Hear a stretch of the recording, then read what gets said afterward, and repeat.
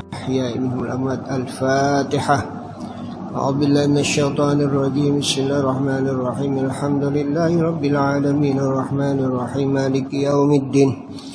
إياك نعبد وإياك نستعين. اهدنا الصراط المستقيم صراط الذين أنعمت عليهم غير المغضوب عليهم ولا الضالين. آمين.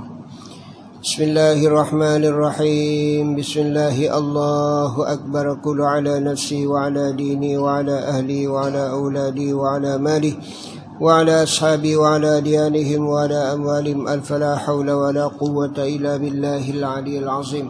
بسم الله الله أكبر الله أكبر. كل على نفسي وعلى ديني وعلى أهلي وعلى أولادي وعلى مالي وعلى أصحابي وعلى ديانهم وعلى أموالهم. ألف لا حول ولا قوة إلا بالله العلي العظيم. بسم الله الله أكبر الله أكبر الله أكبر. كل على نفسي وعلى ديني وعلى أهلي وعلى أولادي وعلى مالي وعلى أصحابي وعلى أديانهم وعلى أموالهم. ألف لا حول ولا قوة إلا بالله العلي العظيم. بسم الله وبالله ومن الله وإلى الله وعلى الله وفي الله ولا حول ولا قوة إلا بالله العلي العظيم. بسم الله على ديني وعلى نفسي. بسم الله على مالي وعلى أهلي وعلى أولادي وعلى أصحابي. بسم الله على كل شيء أعطانيه ربي. بسم الله رب السماوات السبع ورب الأرضين السبع ورب العرش العظيم. بسم الله الذي لا يضر مع اسمه شيء في الأرض ولا في السماء وهو السميع العليم. بسم الله الذي لا يضر مع اسمه شيء في الأرض ولا في السماء وهو السميع العليم. بسم الله الذي لا يضر مع اسمه شيء في الأرض ولا في السماء وهو السميع العليم. بسم الله وخير الأسماء في الأرض وفي السماء. بسم الله أبتدأ وبأختتم. الله الله الله الله ربي لا أشرك بأحدا. الله الله الله لا إله إلا هو. الله عز وجل أكبر ما خاف وأهدر. الله عز وجل أكبر ما خاف وأهدر. الله أعز وجل أكبر ما خاف وأهدر. اللهم إني أعوذ بك من شر نفسي ومن شر غيري ومن شر ما خلق ربي.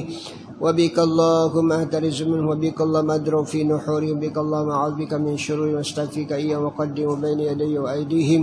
بسم الله الرحمن الرحيم. قل هو الله أحد الله الصمد لم يلد ولم يولد ولم يكن له كفوا أحد. بسم الله الرحمن الرحيم. قل هو الله أحد الله الصمد لم يلد ولم يولد ولم يكن له كفوا أحد. بسم الله الرحمن الرحيم. قل هو الله أحد الله الصمد لم يلد ولم يولد ولم يكن له كفوا أحد. ومثل ذلك عن يميني وعن أيماني ومثل ذلك عن الشمال وعن الشمال ومثل ذلك من أمامي ومن أمامهم ومثل ذلك من خلفي ومن خلفي مثل ذلك من فوقي ومن فوق مثل ذلك من تحتي ومن تحتهم ومثل ذلك محيط بي وبهم. اللهم إني أسألك لي ولمن خيرك بخيرك الذي لا يملكه غيرك.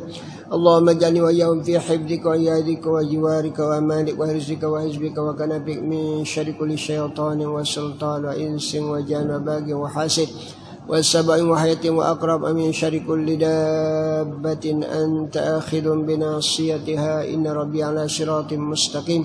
حسبي الرب من المربوبين. حسبي الخالق من المخلوقين. حسبي الرازق من المرزوقين. حسبي الساد من المستورين. حسبي الناصر من المنصورين. حسبي الذي هو حسبي. حسبي الله حسبي ما لم يزل حسبي. حسبي الله نعم الوكيل. حسبي الله من جميع خلقه. إن ولي الله الذي نزل الكتاب ويتولى الصالحين. وإذا قرأت القرآن جعلنا بينك وبين الذين لا يؤمنون بالآخرة حجابا مستورا وجعلنا على قلوبهم أكنة أن يفقهوا في آذان وقرأ. إذا كتب ربك في القرآن وحده ولوا على أدبار نفورا. فإن رسول الله لا إله إلا هو عليه توكلت رب العرش العظيم. فإن رسول الله لا إله إلا هو عليه توكلت رب العرش العظيم. فإن رسول الله لا إله إلا هو عليه توكلت رب العرش العظيم. فإن رسول الله لا إله إلا هو عليه توكلت رب العرش العظيم. فإن رسول الله لا إله إلا هو عليه توكلت رب العرش العظيم. فإن رسول الله لا إله إلا هو عليه توكلت رب العرش العظيم. فإن رسول الله لا إله إلا هو عليه توكلت رب العرش العظيم. ولا حول ولا قوة إلا بالله العلي العظيم. وصلى الله على نبينا محمد صلى الله عليه وسلم.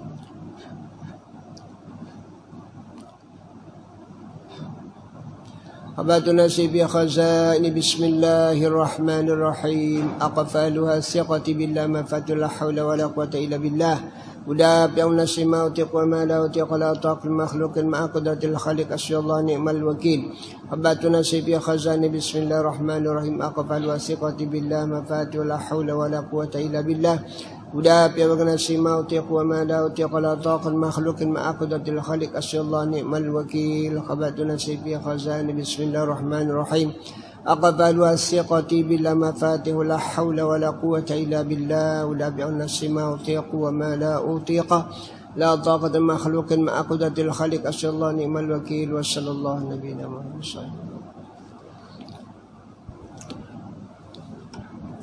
بسم الله الرحمن الرحيم الحمد لله رب العالمين والصلاة والسلام على أشرف الأنبياء والمرسلين وعلى آله وصحبه أجمعين.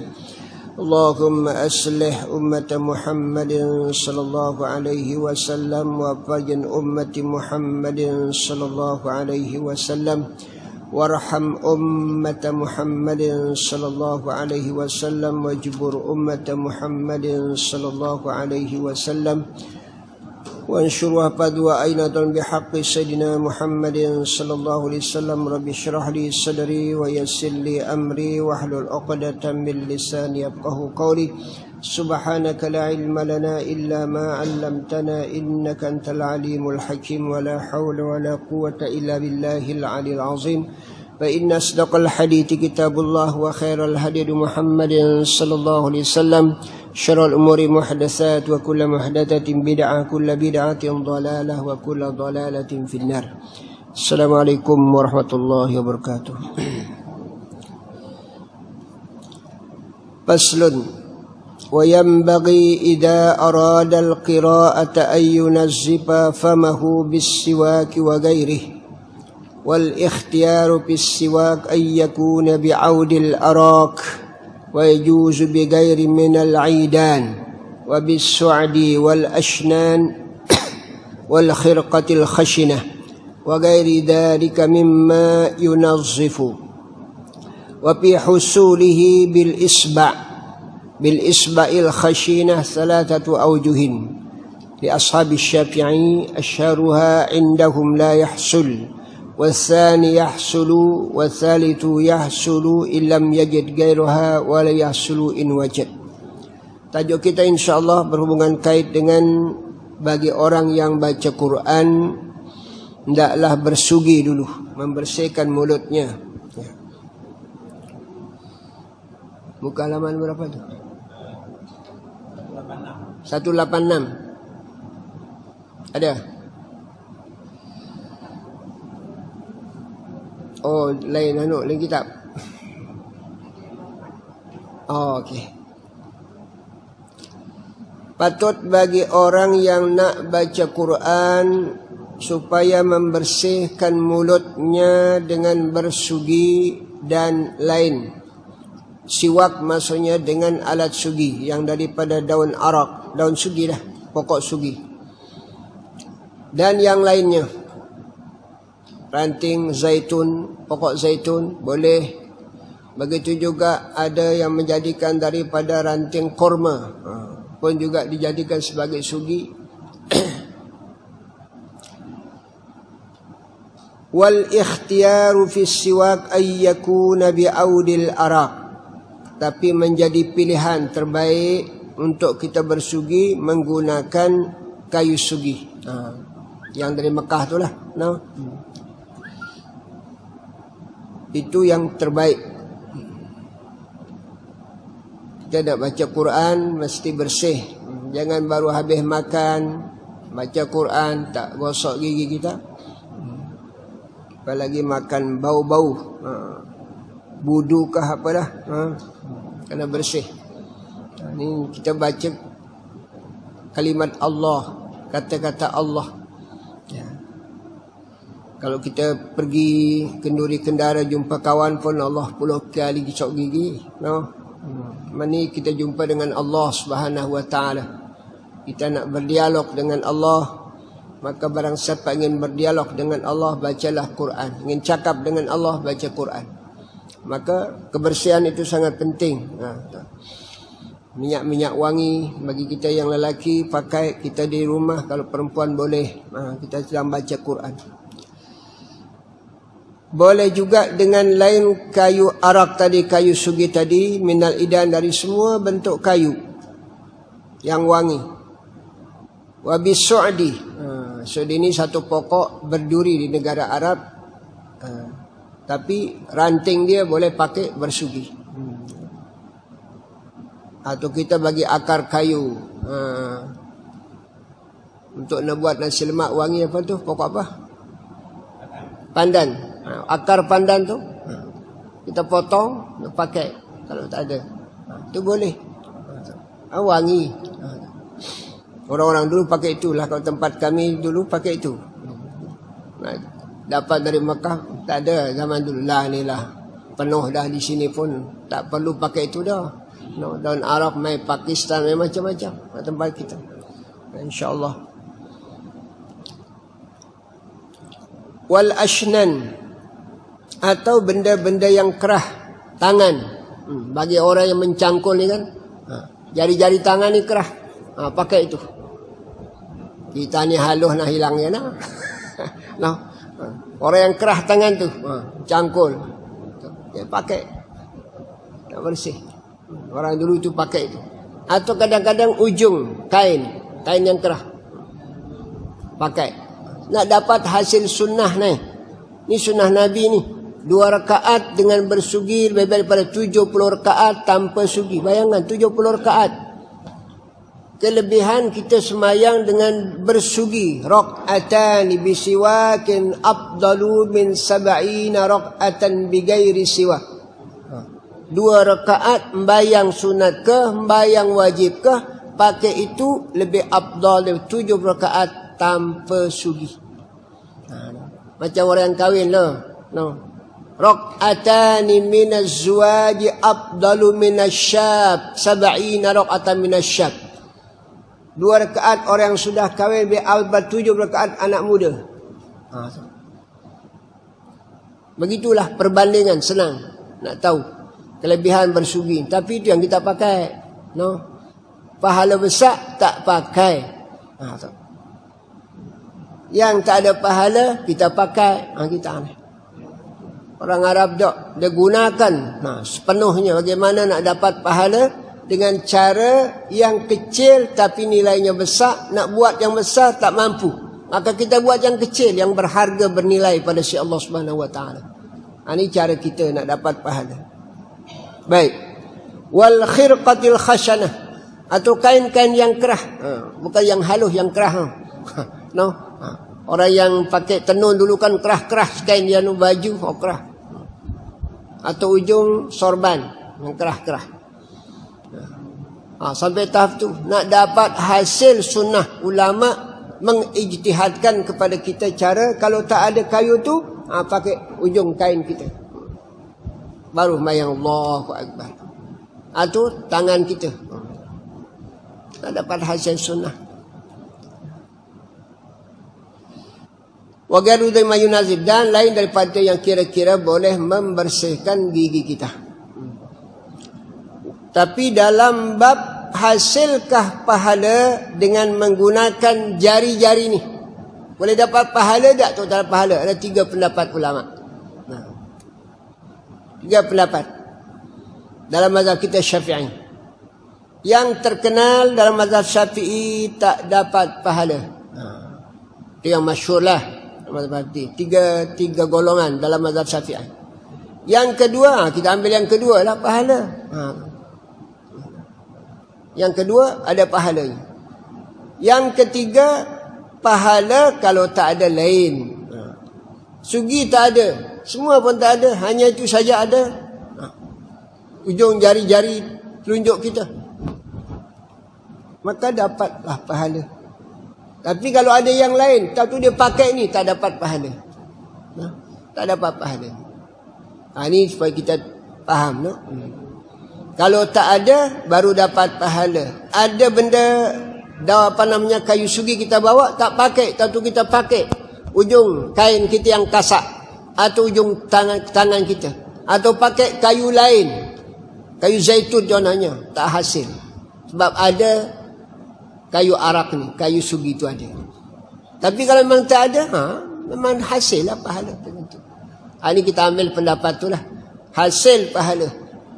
Pendapat yang kedua, ada daun kayu sugi, tak ada kayu sugi, hasil dapat pahala. Itu yang pertama.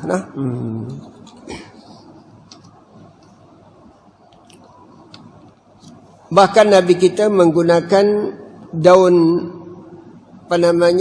ujung daripada pucuk korma saat akhir hayat Nabi kita digunakan tu. Maka ada ulama mengatakan itu terbaik kita gunakan. Sebagian ulama, tapi jumhur ulama yang pakai kayu sugi itu sendiri. Ada juga hadis Nabi kita, sebaik-baik kita gunakan untuk bersugi az-zaitun. Ranting zaitun tu yang ujung dia kecil tu. Kerana dia disebut dengan syajaratun mubarakah dalam Quran. Syajaratun mubarakah, pokok yang memberi keberkatan.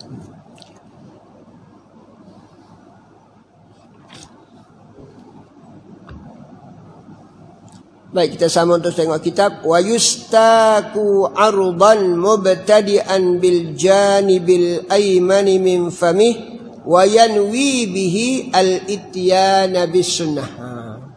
Dari cara kita nak pakai bersugi kan? Dari sebelah kanan dulu. Kanan dulu. Ujung gigi kita kalau ada.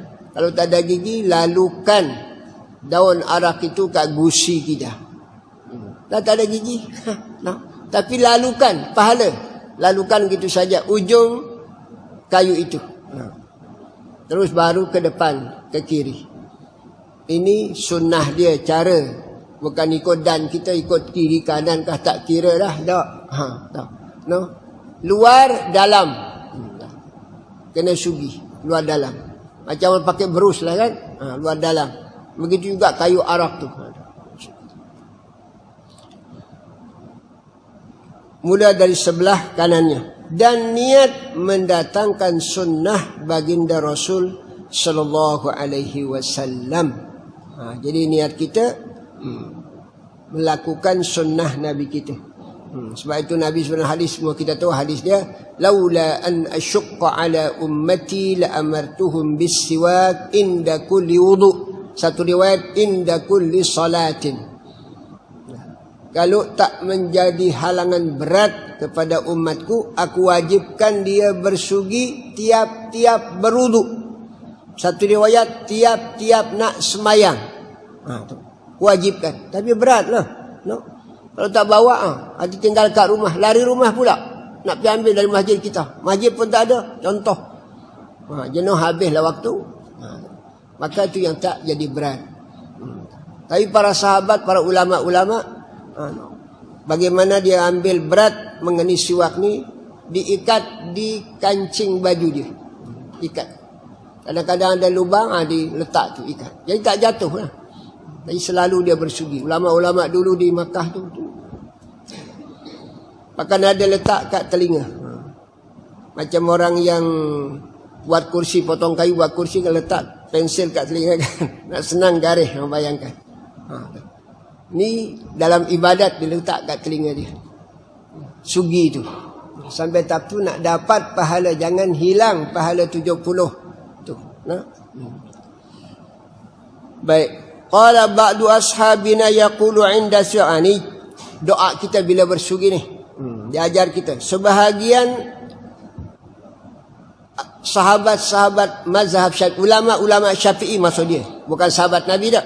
Sebahagian dari kalangan ashabus syafi'iyah, ulama-ulama kita Syafi'i, berkata ketika dia bersugi berdoa, Allahumma barik li fihi ya arhamar rahimin. Pendek, singkat. Allahumma barik li fihi ya arhamar rahimin. Allahumma barik li fihi ya arhamar rahimin. Ya Allah, berilah keberkatan bagiku dalam bersugi ni. Wahai Tuhan yang maha pengasih dan maha penyayang. Atau kalau yang panjang, Allahumma bayyid bi asnani. Ya Allah, berilah gigiku jadi putih, bersih. Tengok orang yang pakai bersugi, orang Afrika, hitam kulit, bibir tebal. Tapi gigi, Allah dari jauh kita tengok terpancar sinar dia. Cantiknya orang pakai sugi ni. Dan banyak kelebihannya sebagaimana kita tahu kelebihan dia, mudah keluar nyawa kita waktu sakratul maut, cergah otak kita bila mana kita pakai sugi, mudah hafal kalau baca Quran dan sebagainya. Itu banyak kelebihan dia. Tentang perkara berhubungan dengan bersugi itu sendiri. Nah, itu di antara doa yang dibaca oleh para ulama kita. Allahumma bayyid bihi asnani wa shadda bihi lathati wa thabbit bihi lahati. Ya Allah, putihkanlah gigiku dan begitu juga kukuhkan gusiku. Gusi minta kepada Allah, dan kekalkan juga anak lidah kita. Itu di antara doa yang dibaca oleh ulama. Tapi yang singkat tadilah, mudah. Kita yang tua-tua ni ambil yang mudah. Allahumma barik li fihi ya arhamar rahimin, Allahumma barik li fihi ya arhamar rahimin. Dapatlah kita pahalanya. Wa yustaku fi zahiril asnan wa batiniha. Maka hendaklah digosok gigi tersebut, disiwaki gigi tersebut di luar dan di dalam. Luarnya, dalamnya juga. Wa yumirru siwaka ala trafi asnani, dan lalukanlah sugi itu di ujung-ujung gigi kita. Lalu gitu saja, sekali lalu. Bukan digosok dak, lalukan. Selepas kita sugi kiri kanan tu, lalukan saja. Ke depan, lepas tu ke kiri, bawah, dari sebelah kanan begitu ke sebelah kiri. Itu sunat, pahala juga. Wa yumiru syaqala trafiasna wa qarasi adrasihi, dan begitu juga langit-langit. Tekak kita langit-langit. Jangan deras lalu saja. Deras luka pula. Kalau tak keras baik itu sugi ni, bila dia keras disunatkan kita rendam dengan air biasa. Kecuali yang basah mai baru Mekah tu kan, yang basah Allah sedap ni. Wangi, masya-Allah. Tengok orang-orang di Mekah tu, di jalan Masjidil Haram yang jual sugi tu. Itu masih basah lagi. Bau wangi.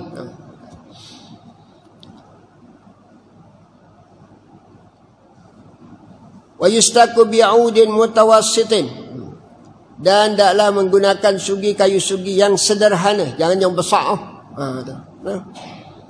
Yang sederhana, yang kecil tu kan kuning, yang basah yang dijual tu.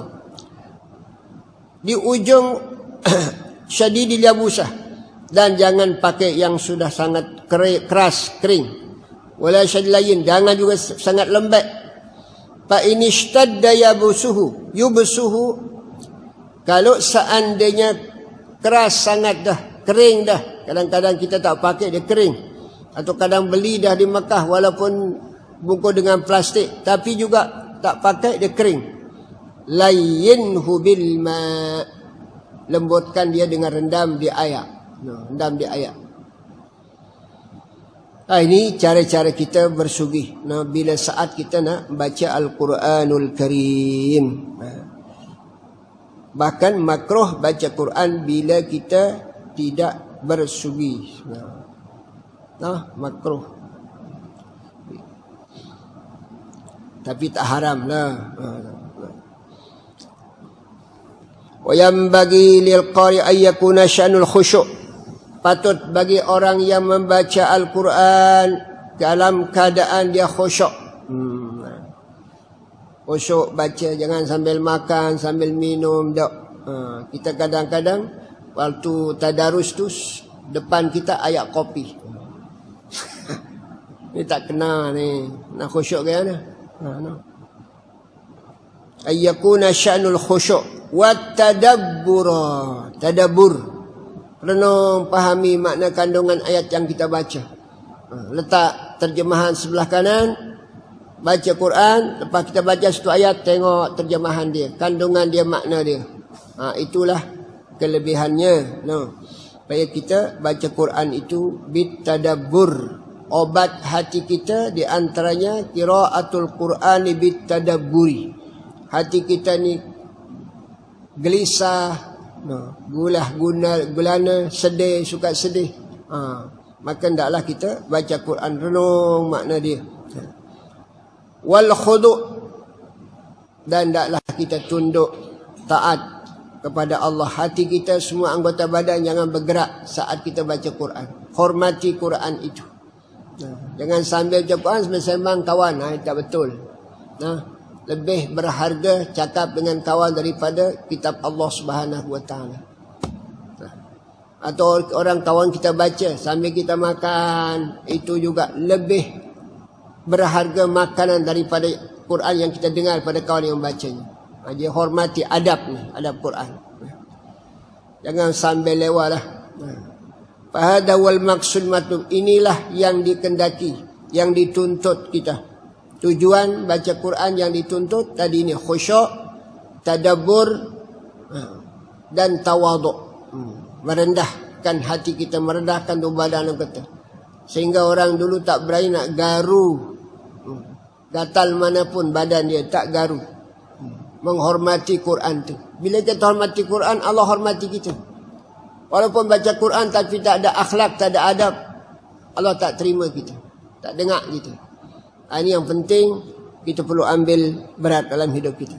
Wa bihi tansyarahus sudur lastanirul qulub. Dengan Al-Quran lah dada kita jadi lapang, tenang dada kita. Kalau dalam keadaan kita susah hati, macam-macam main berlaku, baca Quran. Baik itu jangan terlepas makruh hukumnya bila dalam sehari tak baca Quran. Hidup kita ni tak manfaat. Jangan sampai tak baca Quran. Pagi-pagi buka Quran dulu. Petang sebelum atau malam sebelum tidur baca Quran. Ini yang dituntut kita.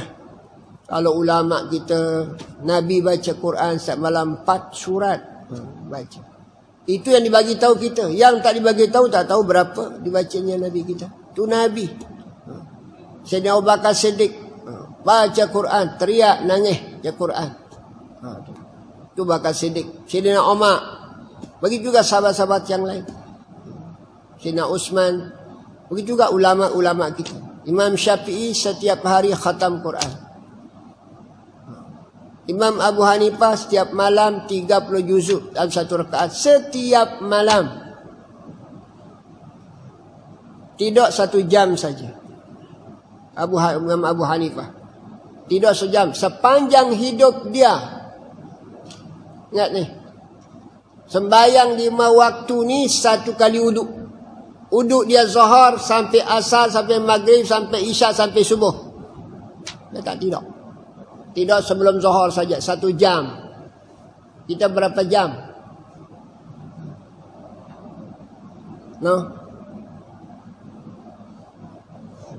Makan, minum kita belum lagi berapa masa. Berjalan kita belum lagi berapa masa. Tengok WhatsApp berapa masa. Habis. Mereka tak hidup dengan Allah. Memang itu yang dituntut kita. Maka tak heranlah mereka Allah muliakan kehidupan mereka.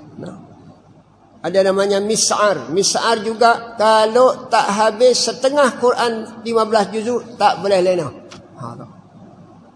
Kita baca lena. Tak baca tak lena. Terbalik. Terbalik kita. Ulama kita tu mis'ar namanya. Mis'ar sezaman dengan Imam Abu Hanifah, Imam Sufyan Ats-Tsauri, Imam Syuraik. 3-4 orang ni di zaman Khalifah Al-Mansur dia hidup. Maka ditawarkan ke-4 orang ni jadi menteri agama. Istilah kita senanglah, Qadil Qudat zaman tu. Semua tak mau. Bayangkan. Semua tak mau tawar menteri ni. Bukan pilihan raya macam lah ni. Bayangkan. Sehingga menyebabkan Selepas itu meninggal Mansur, orang lain lagi datang, khalifah lain, suruh tak mau, penjara lagi penjara, sampailah mati dalam penjara. Imam Abu Hanifah. Tapi tak tinggallah Quran dia walaupun dalam penjara. 30 juzuk dan 1 rakaat tu tak tinggal. Yang kan? Kita ni tak penjara, berapa juzuk? Ya Allah, noh. Maka mal penjara dia. Sufyan As-Sauri, ulama tu lari, pergi sembunyi di negara lain, di tempat lain. Dari Iraq dia lari. Shuraik, dialah jadi qadil qudat, Shuraik. Dan terkenal dalam sejarah cara dia menghukum, cara dia mentahkim orang. Dan Mis'ar, Mis'ar ni pura gila-gila. Buat jadi gila. Jangan dilantik jadi menteri. Masuk dia panggil oleh khalifah. Dia cakap merapulah macam orang gila. Ulama hebat. Hanya khalifah kata dia gila ni. Keluarkan dia dari istana ni. Lepaslah dia. Lah zaman kita ni, kita gila puasa. Bukan macam dulu dah. Takut puasa nu akhirat tu. Bertanya oleh Allah, jawab. 5-2. Qadi ni 2 saja qadi. 3 qadi. 2 neraka, 1 surga. Itu ayat. 1 kalau dia melaksanakannya hukum hakam Allah Ta'ala. Tak berlawan, tak bertentangan. Itu yang surga. Kalau yang kedua dengan ikut nafsu dia, neraka. Atau karena dia dijual belikan hukum hakam Allah, neraka lah. Ini berat tu yang dia lari, mereka tak berani. Takut yang esok hari kiamat. Kita zaman lah bukan fikir kiamat, fikir dunia kita aja. Zaman lah ni. Tak pernah kita fikir nangis teriak gimana nasibku dalam kubur, bagaimana nasibku esok pada hari kiamat. Tanya oleh Allah Ta'ala. Tak pernah kita fikir macam tu. Baik, terus kita baca pada jemaah. Begitu cerita orang-orang yang baca Quran ni, no? Jadi patut bagi orang yang baca Quran, hendaklah dengan kekhusyuannya dan renung tadabbur. Tunduk anggota tubuh badan kita, hormati Quran, pegang dengan baik-baik, jauhkan jangan sampai di bawah kepala kita Quran tu, jauhi. Penghormatan. Dan dengan baca Quran lapang dada kita.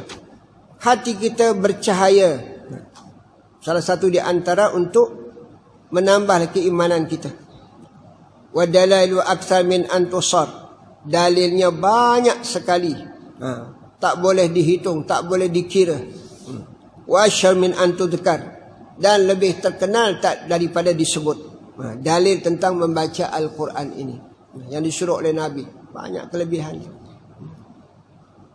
Baca Qul ya ayyuhal kafirun sebelum tidur. Baca idza zulzilatil ardu sebelum tidur. Itu kelebihannya terlalu banyak. Orang yang baca Qul ya ayyuhal kafirun sebelum tidur bebas daripada sifat syirik. Bebas daripada sifat syirik. Itu kelebihan dia. Sama macam orang baca 1/4 Al-Quran. Qul ya ayyuhal kafirun. Idza zulzilatil ardu zilzalaha. Lepas itu Nabi kita idza awa ila firashi dalam hadis. Apabila Nabi kita pergi ke tempat tidurnya, faqara'a idza zulzilatil ardu wa qul ya ayyuhal kafirun. Nabi kita baca idza zulzalzalah, zilzalah dan qul ya ayyuhal kafirun. Selain yang 4 surat yang dibacanya. Tempat tidur Nabi. Sebab dia ingat pahala dia. Tak boleh baca yang lain 1/4 Al-Quran. Karena kita ngantuk dah. Bacalah Qul ya ayyuhal kafirun. Bacalah zalzalah idza zulzilatil ardu zilzalaha. Mudah dibagi kita oleh Nabi. Bagi kita yang hidup di akhir zaman ni, bukan hidup di awal ni. Baik. Wa qad bata jama'atun minas salaf yatlul wahidu minhum ayatan wahidatan lailatan kamilah. Bahkan ada dari kalangan ulama-ulama salaf kita di zaman dahulu. Bila dia dalam sembahyang, dia baca ayat, sebelum dia rukuk, 1 ayat saja. Bayangkan. Sampai dekat subuh dibaca satu ayat. Diulang satu ayat, diulang. Nikmat. Mereka lazat. Kekhusyuan dia. Satu ayat saja. Di antaranya Tamim Ad-Dari, sahabat. Dia sembahyang sunat tahajud, dia baca am hasibal ladina jatarahu sayyiati am naj'alahum kal ladina amanu wa amilus salihat sawa'un mahyahum wa mamatuhum sa'a ma yahkumun. Tu diulang-ulang. Beraninya apakah mereka yang berani buat jahat menyangka mereka akan dijadikan seperti orang beriman dan beramal saleh sama ada masa hidup di dunia maupun waktu meninggal dunia. Buruknya cara kamu menghukum. Sudah tentu tak sama. Orang yang buat jahat, maksiat, dosa, tak boleh samakan dengan orang beriman dan beramal saleh. Itu diulang dalam sembahyang tahajudnya. Sampailah berjam-jam dibaca. Sahabat Abdullah bin Mas'ud, bila dia baca surat Taha, maka bila sampai dalam surat Taha namanya Rabbi zidni ilma Rabbi zidni ilma Rabbi zidni ilma Rabbi zidni ilma. Itu diulang sampai dekat subuh. Ayat dia itu saja. Nikmatnya Rabbi zidni ilma. Kita baca biasalah Rabbi zidni ilma, tak ada apa lagi dah. Nangis pun tak, teriak pun tak. Mereka tak teriak, baca satu ayat tu. Kerana dia memahami kandungan dia. Itu namanya tadabbur. Kita baca saja, tapi tak tadabbur. Kita usaha, insyaAllah. Itu di antara orang yang sembahyang qiyamul lail, membaca ayat seperti itu, sahabat. Sehingga riwayat Alqamah ni zaman tabi'in. Jadi jumpa dengan Abdullah bin Mas'ud, sahabat. Dia sembahyang di belakang dia, sembahyang sunat. Di samping dia sembahyang sunat tengah malam. Sallaitu ila jambi Abdullah, dia kata. Sembahyang di sebelah Abdullah bin Mas'ud. Maka dimulakan ayat yang dibaca dalam rakaat pertama dia, Taha, surat Taha. Sampailah kepada ayat yang kita sebut tadi, Rabbi zidni ilma. Rabbi zidni ilma, diulang. Rabbi zidni ilma, Rabbi zidni ilma terus. Pergilah kawan ni Alqamah ni. Balik rumah dia. Sebelum subuh dia datang lagi ke masjid Nabi kita. Masih belum subuh lagi masuk masa itu. Masih dia Abdul Mas'ud sedang baca Rabbi zidni ilma, Rabbi zidni ilma. Tu je diulang dalam solat. Itu cara para sahabat baginda Rasul sallallahu alaihi wasallam dalam solat dia. Begitu juga Sayyidina Urwah bin Zubair. Urwah bin Zubair saudara daripada Abdullah bin Zubair. Anak daripada Asma binti Abu Bakar Siddiq radhiyallahu anhu. Sayyidina Urwah bin Zubair ni, bila dia masuk ke rumah, jumpai mak dia Asma, tahajudnya ni Asma Abu Bakar Siddiq. Diulang ayat famanallahu alaina wa waqana adabas samum. Diulang oleh mak dia, bayang. Mak itu diberi kekuatan oleh Allah. Umur 100 tahun tak ada gigi yang tanggal tu, tak ada. Mata tak pakai spek macam kita. Telinga kuat lagi. Allah bagi kerana kekuatannya dalam salat tahajudnya, kekuatannya dengan Al-Quran. Sayyidina Asma bin Bakar Siddiq yang cerita anak dia sendiri, Urwah. Ini mengenai orang-orang yang baca Quran di zaman-zaman sahabat. Satu ayat diulang, satu ayat diulang. Jadi sunat kita menangis bila baca Quran. Sebabnya kita latih di rumah kita. Tengah malam bangkit baca Quran, latih supaya boleh rasa huzn. Sebab Quran, nuzilal Quran bil huzn. Dalam hadis, Quran ini turun dalam keadaan sedih kadang-kadang. Maka kita bersedih juga waktu baca Quran tu. Tak boleh bersedih pura-pura lah. usaha bersedih, cuba pura-pura. Nabi suruh. Sampai tahap tu. Ni kita kehilangan barang tanpa kita usaha terus keluar air mata. Dengar anak meninggal dunia atau saudara mara berlaku aksiden, langsung keluar air mata. Yang ni tak keluar air mata bagaimana? Yang menyelamatkan kita esok pada hari kiamat. Itu makna yang diajar kita oleh baginda Rasul sallallahu alaihi wasallam. Orang dulu bila dia baca dengar ayat Quran, wa yakhiruna lil azqani wa yabkun wa yaziduhum khusyu'a. Mereka itu sampai kadang-kadang jatuh meniarap bila dengar bacaan Al-Quran itu. Mudah-mudahan kita boleh lah. Sebab itu Rasulullah SAW bila dia tak boleh nak menangis, Nabi kita tak boleh menangis, maka dipanggil Mas'ud. Ya Abdullah Mas'ud, bacakan aku nak dengar dari kamu. Ni aku tak boleh menangis. Nabi kita. Kita mungkin boleh jadi macam tu. Dengar orang yang para mokrek-mokrek kita yang hafal Quran tu, buka, baca, dengar, insya-Allah dia akan keluar air mata kita. Mungkin dengan kita sendiri tak boleh keluar kerana dosa kita, tapi mungkin dengan orang lain yang baca Quran, Allah bagi dia boleh menangis, maka di saat itulah kita boleh tumpang rasa kesedihan saat kita membaca Al-Quran itu. Itu Nabi kita sendiri macam tu. Kita lagi suruh orang lain baca Quran.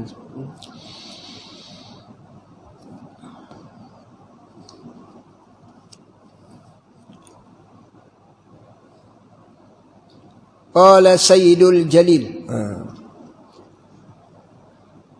Sahibul Karamat wal wa qad dzakartu atharan waradat fi dzalika fi tibbi adabi hamlatul Quran. Tentang cerita ini buka balik, ada di, sudah mungkin para jamaah dah baca kita pada ustaz-ustaz kita, Tibyan fi adabil Quran yang dikarang oleh Imam Nawawi juga. Dah diterjemah banyak. Baca di situ cerita-cerita tentang orang yang menangis baca Quran, yang khusyuk. Ada dijual Tibyan fil Quran, tentang terjemahan kitab Imam Nawawi mengenai cerita-cerita orang baca Quran yang khusyuk. Ada yang sampai langsung baca pingsan terus pun ada. Sampai tahap tu supaya kita adalah rasa dalam diri kita saat membaca Al-Quran itu sendiri. Sebab menangis ini ketika membaca itu syiar orang-orang soleh. Ciri tanda orang soleh di zaman dahulu, kalau dia baca Quran, dia solat, dia menangis. Sebab itu mis'ar, nama mis'ar saya sebut tadi, gila-gila tadi, buat dia jadi gila tadi, tak mau jadi menteri tu. Dia bila masuk rumah nangis, keluar rumah menangis, sembayang menangis, habis sembayang dia menangis. Itulah hidup mereka ni. Nangis. Rasa jauh dengan Allah dia menangis. Kita ni tak tahulah. Allah, mudah-mudahanlah kita berdoa. Itulah yang madamkan. Dengan tangisan itulah tak tersentuh dengan api neraka bila kita baca Quran. Ainani lam tamussuhum an-nar, kata Nabi. Ada dua penglihatan, dua mata di dunia ni yang tak akan tersentuh oleh api neraka. Pertama, ainun bakat, yang nangis kerana takutkan Allah. Baca Quran yang berhubungan dengan azab Allah, kita akan menangis. Baca Al-Qari'ah, baca Al-Haqqatu Mal-Haqqah, maka kita akan timbullah rasa itu. Kita memahami makna yang ada di dalam Al-Quran itu sendiri. Baik para jamaah. Qala Sayyidul Jalil Sahibul Karamat wal Ma'arif wal Wama wal Lataib Ibrahim Al-Khawas. Apa kata ulama besar ni yang banyak karamah-karamah diberi oleh Allah dan banyak ma'rifah-ma'rifah diberi oleh Allah Subhanahu wa taala. Yang nama Ibrahim Al-Khawas, ulama tasawuf yang terkenal. Apa dia kata? Dawaul qalbi khamsatu asya. Obat hati ni ada 5. Hati kita sakit-sakit, dendam ke, sombong ke, pemarah ke, hasad dan sebagainya, itu penyakit semua. Obati dengan 5 perkara. Dalam kitab tu ada. Ada kan? Ada tak sih? Ada. Tengok.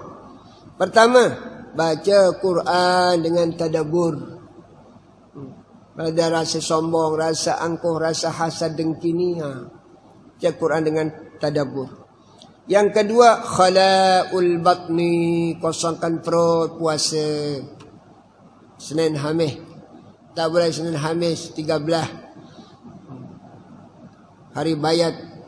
Tak boleh hari bayat, hari aswad, hari gelap, penghujung bulan. Atau awal bulan, gelap. Itu kosong perut. Yang ketiga, qiyamul lail, obat sakit hati ni, penyakit hati, bayang tengah malam. Yang keempat, tadarru' inda sahur, munajat waktu sahur tu, munajat istighfar banyak-banyak waktu sahur tu, istighfar banyak-banyak. Yang kelima, mujalasatus salihin, duduk dengan orang-orang soleh. Datang ke masjid, datang ke surau, kalau majlis ilmu. Maybe kalau ada tasawuf, orang ajar tasawuf, datang. Sebab di situlah banyak mengobati hati kita, tasawuf. Datang. Jadi 5 benda ni mengobati hati. Tak ada, kat farmasi obat pun tak ada. Pergi suruh doktor pun cek, tak jumpa penyakit tu. Melainkan dengan ni lah cara obatnya. No? InsyaAllah. Yang baca Al-Quran. Iqra'ul Quran bil huzni fa innahu naz'a bil husni, kata Nabi kita. Quran diturunkan dengan sedih, maka bacalah Quran dengan sedih. Sampai Nabi kita mengatakan, inni qari'un alaikum suratan faman baqbalahul jannah. Aku nak bacakan kamu ada satu surat. Siapa boleh menangis suatu aku baca, surga bagi kamu, kata Nabi. Surga, nangis dengar Nabi baca Quran zaman tu, surga. Kita pun zaman ni menangis kita dengar dengan Imam Masjidil Haram atau imam-imam yang lain, air mata kita berambu-rambu. Surga, falahul jannah, itu janji Nabi. Tak ada yang mengatakan habis nasi kenduri menangis, tak ada falahul jannah tu, tak ada. Hilang nasi kambing ke nasi apa tu, air mata keluar lapak sangat, falahul jannah, tak ada. Ni Quran ni, nangis dengan Quran orang baca, falahul jannah, orang dapat surga Allah Ta'ala. Itu hadis baginda Rasul sallallahu alaihi wasallam. Sampai tahap itu Nabi kita memberi galakan kepada kita dengan janji-janji yang begitu baik, untuk diri kita, esok pada hari kiamat itu sendiri. Baik, kita terus. Qiraatul Quran fil mushaf afdalu minal qiramin hifzin. Mana lebih afdal kita baca Quran, yang hafal Quran dengan secara hafal bizahril qalbi. Maksudnya tak tengoklah Quran, terus dia baca secara hafalan dia. Atau sambil dia tengok buka Quran. Itu lebih afdal. Ini dia maksud dia, tajuk dia. Baca Quran dalam mushaf lebih afdal daripada membaca secara hafalan. Dalam bacanya lah. Begitulah pendapat dari kalangan Ashabus Syafi'i yang terkenal, juga dari kalangan ulama-ulama salaf. Sebab bila kita menghafal, hafalan kita hafal tanpa menengok mushaf, sudah tentu kita akan fikir tentang sambungan-sambungan ayat-ayat terus. Tapi bila kita baca, kita boleh nampak dua mata kita dengan hafalan. Jadi dua lah pahalanya. Itu di antara yang disebut oleh para ulama. Hadza laisa ala itlaqih. Tapi ini tidaklah mutlak. Apakah membaca mushaf itu lebih afdal secara mutlak? Tidak, kata ulama. Bal in kana al-qari' min hifdhihi yahsulu minhu tadabbur. Bahkan kalau dia hafal Quran dengan hafalan tanpa melihat mushaf, dia boleh renung, dia boleh nampak makna kandungan ayat itu. Itulah yang lebih afdal. Kita memang hafal pun tak, tengok pun tak, tak apa-apa. Tu yang kita kena buka Quran selalu. Nah, itu yang dimaksud tu. Jadi kalau orang itu hafal Quran, waktu dia baca, nampak semua makna kandungan, hukum hakam dia semua nampak, itu lebih afdal daripada dia buka Al-Quran itu. Wa jam'il qalbi wal basar. Dia boleh satukan hati dia dengan penglihatan dia. Maknanya khusyuk. Dia khusyuk. Maka itu lebih banyak hasilnya dibandingkan dengan melihat mushaf. Fal qira'atu minal hifdi afdalu wa in istawaya. Maka membaca Quran itu dengan secara hafalan itu lebih afdal. Wa in istawaya, walaupun sama-sama baca Quran. Fa minal mushaf afdalu wa hada muradus salaf. Tapi sebaiknya dengan mushaf itu lebih afdal. Itu maksud dari ulama salaf, dari segi kita menengok tu, membaca Quran tersebut. Jadi kalau boleh kita gabungkan antara membaca dengan melihat, dan boleh kita renung dalam mushaf tersebut, maka itulah pahala yang lebih baik. Tapi kalau dengan hafalan langsung boleh cantum antara merenung maknanya dengan hafalan kita, maka itulah yang lebih baik sebagian para ulama-ulama kita. Sebab itu ada hadisnya tapi tak kuat, daif. Qiraatul Quran fi ghairil mushaf. Orang yang hafal Quran, dia baca Quran tanpa melihat mushaf, 1000 darajah, 1000 darajah dia. Yang hafal Quran ni, anak-anak kita hafal Quran tu, lebih tinggi tempat di surga dibandingkan dengan kita yang tak hafal ni. 1000 darajah. Lipat gandakan Allah sampai beribu-ribu derajat kedudukannya pada si Allah Subhanahu wa ta'ala. Juga dalam hadis Nabi, siapa yang suka dicintai oleh Allah Rasul, bacalah Quran dalam mushaf. Kita yang tak hafal ni, supaya Allah cinta kita selalu, Allah Rasul cinta kita kepada selalu, maka hendaklah kita baca Quran dengan mushaf kita. Nak pergi musafir, jangan lupa paling awal kita lihat dalam beg kita, ada Quran tak ada Quran. Bukan ada duit tak ada duit, tak. Quran dulu, yang kedua baru fikir duit. Mana tahu kita mati bawa Quran baca, selamat. Bawa duit belum tentu. Itu di antara benda yang diperingat kita oleh para ulama-ulama kita. Sehingga disuruh kita ibadat senantiasa melihat Al-Quran. U'tu a'yunakum hazzaha minal Quran, kata Nabi.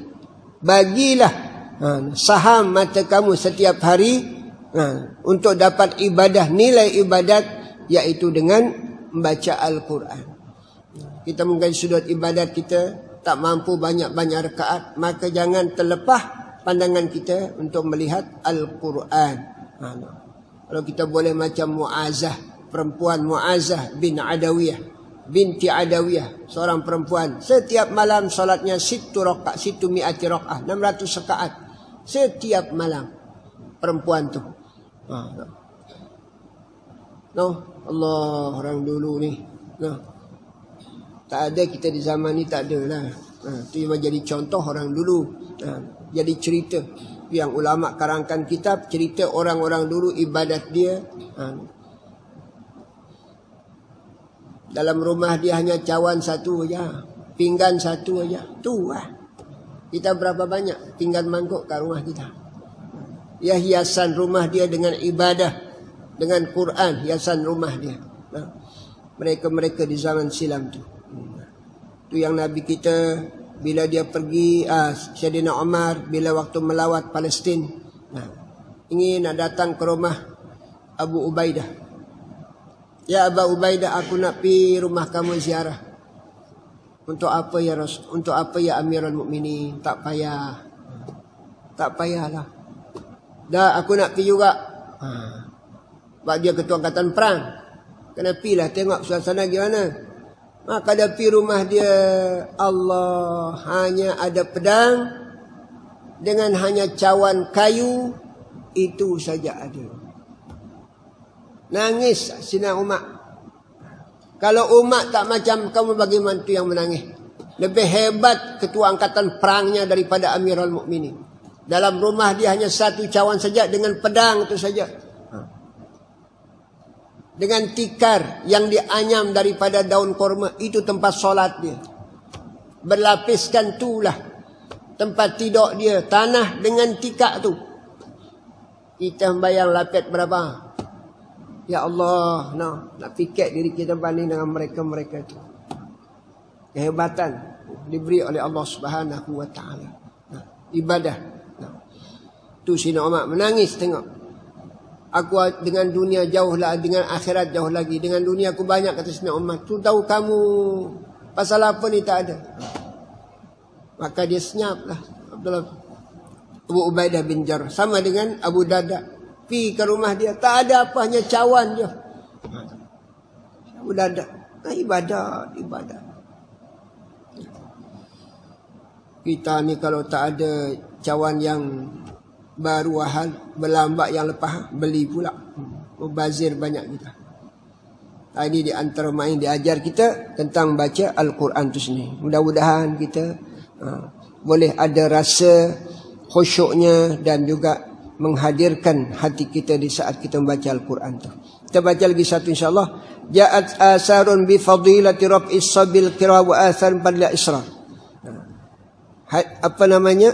Tentang hadis-hadis Nabi atau kata-kata para sahabat atau ulama salafus salihin mengenai kelebihan mengangkat suara waktu baca Quran ataupun kelebihan merendahkan suara kita baca Quran. Mana yang lebih afdal? Deraskah suara atau suara yang rendah? Qala al-ulama, para ulama kita berkata wal jam'u bainahuma, gabung antara keduanya. Deras sangat dak, rendah sangat pudak. Pertengahan lah. Pertengahan. Sebab itu dalam Quran wala tajhar bi salatika wala tukhafid biha wabtaghi baina dzalika sabila. Bila kau baca Quran, tinggi sangat dak suara kamu, rendah sangat dak, baina di antara keduanya. Kita dak kadang-kadang Pak Imam kita sebagian sedap, suara memang sedap lah. Tapi habis sampai mikrofon mampuh terus. Ini tak kenal lah. Cukup sederhana, kita senang nak dengar. Bila deras sangat, kadang-kadang ini telinga kita pekak jadi buat. Cukup sederhana. Islam suruh macam tu. Pun sedap. Bedalah dengan orang yang musabaqatul Quran tu memang dia kena suara habis. Ini kita bukan. Ini ingin sembahyang dalam keadaan khusyuk. Imam kita bila bacaan Quran dia khusyuk, sedap lagi. Allah, kita di belakang tumpang lah. Jangan sampai menyebabkan kita di belakang ni jadi tak tenang. Itu di antara makna. Sampai kita baca sikit.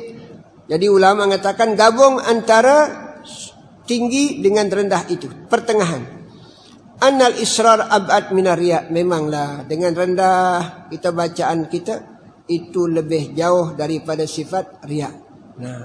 Di rumah kita baca sampai tak dengar orang bila lalu kat depan rumah kita tak dengar bacaan kita. Itu lebih baik. Fa wa afdal bi haqqi man yakhafu dalik. Itu lebih afdal orang yang secara suaranya lebih rendah baca Quran kerana khawatir bagi dia berlaku sifat riya itu. Tapi kalau tak ada rasa sifat riya, memang dia sifat dia memang tahap maqam dia pada si Allah memang tak berlaku, tak boleh. Artinya habis sifat-sifat itu dipelajari dah dan diamalkan yang disuruh, tak main sifat-sifat tersebut, maka sudah tentu suara yang derah lebih afdal. Sembahyang sunat di masjid, dia 10 rakaat kah tahajud dia, atau 8 rakaat kah tahajud 13 di masjid, atau sembahyang yang ada orang ramai tu, sembahyang duha contohnya, atau sembahyang tasbih contohnya. Kalau dia memang tak timbul, orang ada tak orang ada, memang macam itulah sembahyang dia, maka tak apa, suara dia pun derah, tak apa. Tapi bagi kita ada rasa-rasa yang tidak-tidak, maka lebih baik kita tempat sembunyi, sembahyang itu lebih afdal pada tempat yang ramai. Itu di antara makna yang dibagi tahu kita. Begitu juga dalam baca Quran. Fal jahru afdal. Jahar itu lebih afdal bagi orang yang tak timbul rasa riak, rasa ujub dia, rasa sum'ah dia. Bisyarti, dengan syarat kalau di masjid alla yu'ziya gairah, jangan sampai mengganggu orang sedang solat dengan bacaan Quran kita. Atau orang sedang tidur, kita di rumah, orang masih tidur, jam 2 kita bangkit jam 3, dia baca dengan derah, atau buka speaker di surau, jangan. Orang masih tidur lagi. Nanti masa-masa dia waktu azan pertama contohnya, itu tak apalah, subuh tu. Wa dalilu fadilati, apa dalil kelebihannya kita jahar deras suara kita? Annal amal fi akbar. Kadang-kadang dengan suara kita deras ni barulah boleh khusyuk. Bila kita dengan saya senyap, macam-macam telinga terdengar yang jauh, mata memandang yang jauh. Ni. Jadi dengan deras itulah, buat itu tengok di orang-orang yang di pondok-pondok tu, la ilaha illallah, la ilaha illallah, nak buang. Rasa riak-riak itu nak buang. Dengan suara deras baru boleh. Maka tak apalah dengan suara deras. Kalau dia senyap, macam diganggu, mata mandang tu mandani, telinga dengar tu, nak khusyuk kan lah. Wali annahu yata'addanab ila gairih. Karena bila kita deras, bolehlah memberi manfaat bacaan deras itu kepada orang lain yang belum bangun lagi tahajud. Mungkin dekat rumah kita, tak dengar lagi. Dengar. Sebab itu Abu Hanifah, bila dia baca Quran di masjid dia, tahajud dia, didengar oleh orang dekat rumah kat masjid dia. Didengar sembahyang tahajud. Dia orang dekat rumah dia hanya bangunlah, bangkit. Waktu dia meninggal dunia itu tak ada dah dengar suara menangis jiran tu, tak ada menggerakkan aku. Zaman dulu tak ada jam, bukan macam kita. Tak ada jam. Maka nangis. Jiran tu menangis bila meninggal dunia. Karena tak ada menggerakkannya dah. Ada orang sampai burung jadi jam dia. Mati burung dia. Menangis. Sebab tak ada menggerakkan dia, tengah malam terlepas. Satu ketika dari masa dia sembahyang pukul 3, tak tu jadi pukul 4 contohnya. Biasanya burung tu bunyi pukul 3. Burung digunakan. Kita ni bela burung untuk sedap suara zaman lalu. Bukan untuk ibadat. Kan? Orang dulu dah. Wali an yuqidu qalbal qari'. Mungkin dengan kita baca deras itu, dia boleh membangkitkan, menghidupkan hati kita yang membaca. Wa yajma' hammahu ilal fikri, dan boleh menggabungkan semangat kita. Wa yasrifu sam'u ilaih, dan boleh menarik pendengaran kita dengan bacaan yang kita deras baca itu. Wa ili an yattaridu naum, bila deras baca juga menjauhkan kita mengantuk. Bila baca senyap, tahu lena dalam sembahyang, kan? Wa yazidu bin nasyad, menambah semangat kita. Wa yuqidu garah, dan boleh juga kita membangkitkan dalam keluarga kita lah. Dalam rumah kan bangkitlah anak, bangkitlah bini kita, atau kita sebagai suami tidur, bini sembahyang dikeluarkan suara deras. Setakat dalam rumah tu, itu dibolehkan kita. Yuqidu gar minan naim wa ghafil, atau orang lalai malah. Wa yunashituhu, dan juga untuk mencerdaskannya semangat. Bila kita deras suara kita, tak ada rasa mengantuk, rasa malah tu kan. Segar maksudnya. Pamata hadur syamin hadi niat. Jadi kalau niat kita yang tadi ni, supaya hati kita segar, mata kita tak rasa mengantuk, orang lain boleh kita bangkitkan, maka suara deras itu lebih afdal daripada suara yang tidak deras, dari suara yang rendah. Inilah di antara tajuk yang kita baca pada hari ini. Mudah-mudahan apa yang kita baca akan menambah lagi rasa ibadat kita kepada Allah Subhanahu wa taala, sebab Imam Nawawi menyusun kitab azkar dia untuk menyuruh kita beramal. Al-ilmu ma'al amal. Jadi ilmu tu hendaklah disertakan berserta amalan. Dan itu yang akan ditanya kita esok. Mengaji banyak-banyak, lepas itu dia Allah ketanya, beramal tak? Nah. Jadi mudah-mudahan kita boleh baca Quran, jangan terlepas setiap hari. Mana-mana satu ayat sibuk manapun kita, maka bacalah. Itulah yang menjadi kawan kita dalam kubur. Itulah akan membela kita esok waktu dihisab pada hari kiamat oleh Allah Subhanahu wa taala. Baik, marilah sama-sama kita baca Fatihah pada semua keluarga-keluarga kita yang sudah meninggal dunia, dan begitu juga sahabat-sahabat yang meninggal dunia. Mudah-mudahan mereka di dalam kubur diserami rahmat oleh Allah. Lapangkan kuburnya, ampun kesilapan kesalahannya, letak tempat yang mulia pada sisinya. Al-Fatihah.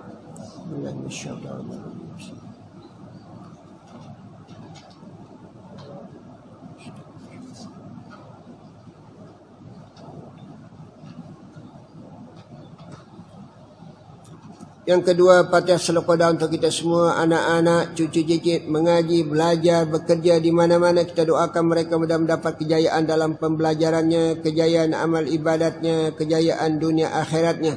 Yang bekerja semoga berjaya dalam kerjanya, kekal dengan iman dan Islamnya. Kena dari kalangan keluarga kita yang kurang sehat, sahabat-sahabat, kita doakan mudah-mudahan Allah sembuhkan daripada penyakitnya. Dan semoga Allah terus mengekalkan kita istiqamah dalam amal ibadat kita. Semoga Allah ambil umur kita dalam keadaan ibadah husnul khatimah. Al-Fatihah. A'udzubillahi minasyaitonir rajim. Bismillahirrahmanirrahim. Alhamdulillah rabbil alamin arrahmanir rahim maliki yaumiddin. Iyyaka na'budu wa iyyaka nasta'in ihdinas siratal mustaqim siratal ladzina an'amta 'alaihim ghairil maghdubi 'alaihim waladdallin. Amin. Allahumma salli wa sallim barik ala sayyidina Muhammadin fil awwalin wal akhirin wa sallim wa radiyallahu tabaraka wa ta'ala an sadatina ashabi rasulillahi ajma'in.